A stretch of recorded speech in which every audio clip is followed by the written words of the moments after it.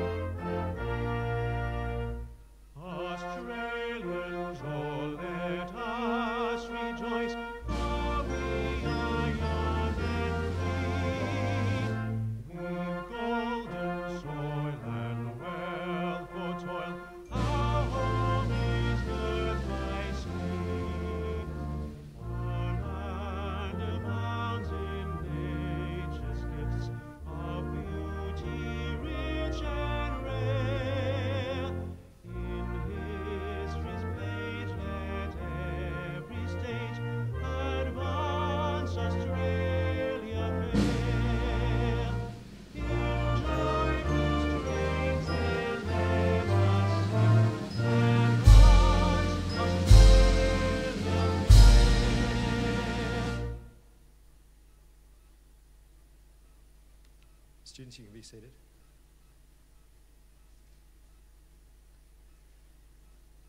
The Australian War Memorial was the vision of Charles Bean, Australia's First World War official historian.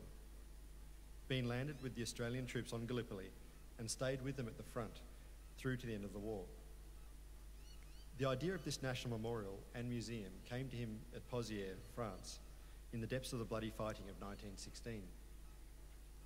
Bean's idea was that this would be a place where families and friends could mourn loved ones buried in faraway places. It would also be a place that could help all Australians understand what these men and women had endured and what they had done for us. Bean's vision, to which we remain true, is best expressed as inscribed in the entrance to the memorial's galleries. Here is their spirit in the heart of the land they loved, and here we guard the record which they themselves made. Tonight, we will read the story behind just one of those on the Roll of Honour, which lists the names of more than 102,000 men and women who have given their lives for us in war and operations over more than a century.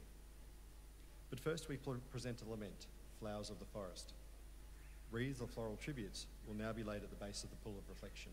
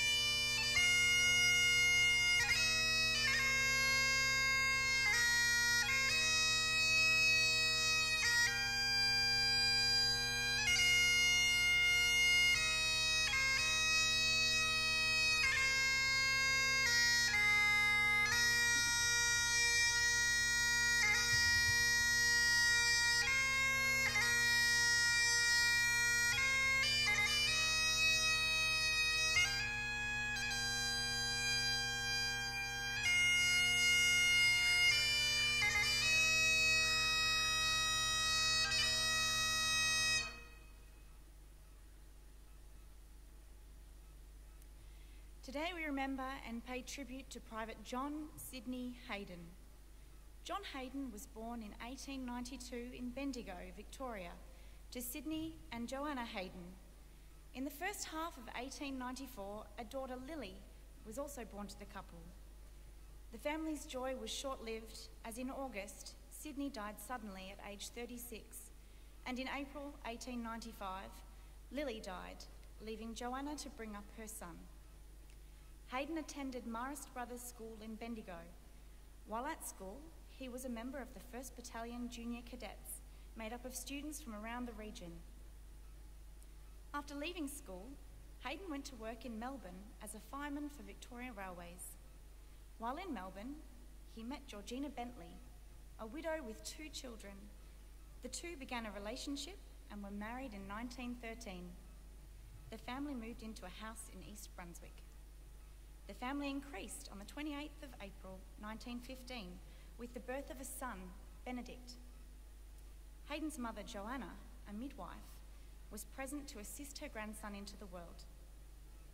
Hayden enlisted in the AIF on the 6th of March 1916, and after his initial training was allotted to the 14th Reinforcements to the 24th Battalion.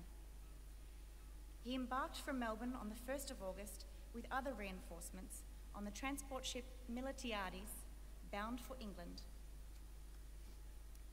After disembarking in Plymouth in late September, he was sent to the 6th Training Battalion at Rolleston to train for conditions on the Western Front. Hayden was sent to France on the 19th of November and joined the 2nd Australian Division base details at Étaples. Back in Australia, Georgina gave birth to a daughter, Jessie, on the 27th of November. Joanna was again present as midwife. News of his daughter's birth reached Hayden in the following months. On the 9th of January 1917, Hayden was taken on strength of the 24th Battalion and he joined 14th Platoon, D Company. The next few months saw the battalion rotate from reserve positions to the front line. And in March and April, the battalion was involved in the pursuit of the German army as it withdrew to its prepared positions known as the Hindenburg Line. In early May, the 24th Battalion moved to the front line opposite Rubemont in preparation for the Second Battle of Bullecourt. The Australians began their attack in the pre-dawn hours of the 3rd of May. Around 4:30 a.m., as the men of 24th Battalion broke through the German wire, they came under heavy shell fire. Among many others, Hayden was wounded by shrapnel from an exploding shell. As he was being pulled into a shell by a comrade, he was hit by another shell and killed instantly. He was just 26 years old. Such was the manner of his death that there was no possibility of recovering any remains for his burial.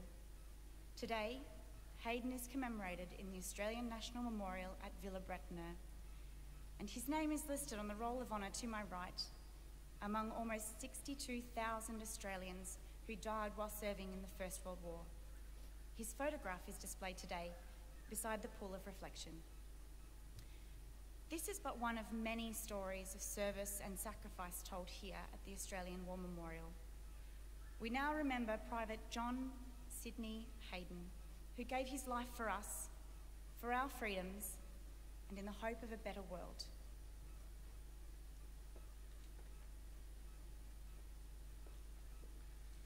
Please stand for the reading of the ode in the last post.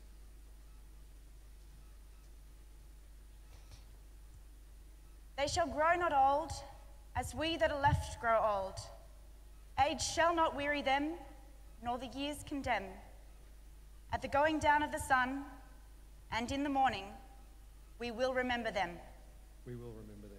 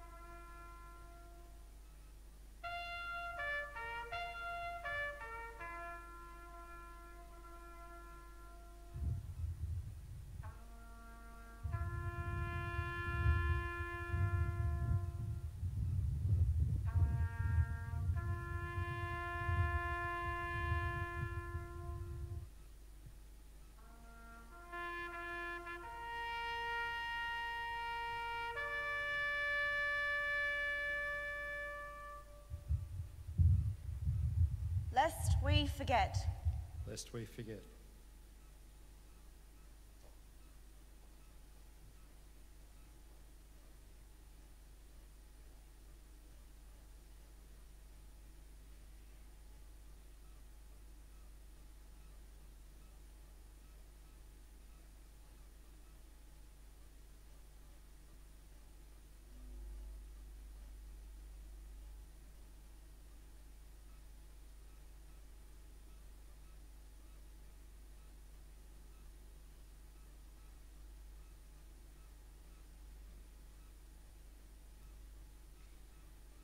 We leave you this evening with the words of the memorial's founder, Charles Bean.